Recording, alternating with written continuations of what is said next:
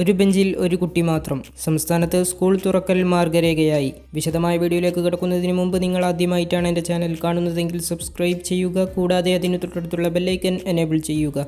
സംസ്ഥാനത്ത് സ്കൂളുകൾ തുറക്കുന്നത് സംബന്ധിച്ച് മാർഗരേഖയായി. 1 മുതൽ 7 വരെയുള്ള ക്ലാസ്സിൽ ഒരു ബെഞ്ചിൽ ഒരു കുട്ടിയെ മാത്രമേ ഇരുത്താൻ പാടുള്ളൂ. LP തലത്തിൽ ഒരു ക്ലാസ്സിൽ 10 കുട്ടികളെ ഒരേ സമയം ഇരുത്താം.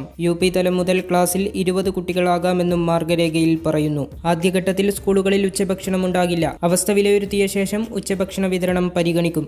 ആരോഗ്യ വിദ്യാഭ്യാസ വകുപ്പുകൾ സംയുക്തമായി തയ്യാറാക്കിയ മാർഗരേഖ മുഖ്യമന്ത്രിക്ക് കൈമാറും. അന്തിമ മാർഗരേഖ നാളെ പുറത്തിറക്കിയേക്കും. വിവിധ വിഭാഗങ്ങളുമായി നടത്തിയ ചർച്ചകളുടെ അടിസ്ഥാനത്തിലാണ് കരട് തയ്യാറാക്കിയത്. കുട്ടികളിലും രക്ഷിതാക്കളിലുമുള്ള ആശങ്കയും ആരോഗ്യവകുപ്പിന്റെ കോവിഡ് പ്രോട്ടോകോളും പരിഗണിച്ചാണ് എണ്ണത്തിൽ കർശന നിയന്ത്രണം. കൂട്ടം കൂടി ക്ലാസുകളിൽ കുട്ടികളിരിക്കുന്നത് ഒഴിവാക്കാനാണ് നിർദ്ദേശം. 1 മുതൽ 4 വരെയുള്ള ക്ലാസ്സിൽ ഒരു ബെഞ്ചിൽ ഒരു കുട്ടി മാത്രമേ ഉണ്ടാവൂ. 5 മുതൽ +2 വരെയുള്ള ക്ലാസുകളിൽ ഒരു ബെഞ്ചിൽ 2 കുട്ടികളെ ഇരുത്താം. LP തലത്തിൽ ഒരു ക്ലാസ്സിൽ 30 കുട്ടികളാണ് വേണ്ടത്. മാർഗരേഖ അനുസരിച്ചാണെങ്കിൽ 3 ബാച്ചായി കുട്ടികളെ തിരിക്കേണ്ടി വരും. ബാച്ച് തയ്യാറാക്കുന്നതിന് സ്കൂളുകൾക്ക് സ്വാതന്ത്ര്യം നൽകും. പല സ്കൂളുകളിലെയും കുട്ടികളുടെ എണ്ണം വ്യത്യസ്തമായ സാഹചര്യത്തിലാണിത്. എല്ലാ ക്ലാസ്സിലെയും കുട്ടികൾക്ക് ഒരുമിച്ച് ഇടവേള പാടില്ല. അതനുസരിച്ച് ടൈം ടേബിൾ തയ്യാറാക്കണമെന്നും മാർഗനിർദ്ദേശത്തിൽ പറയുന്നു. വിശദമായ മാർഗരേഖ നാളെ പുറത്തിറക്കും.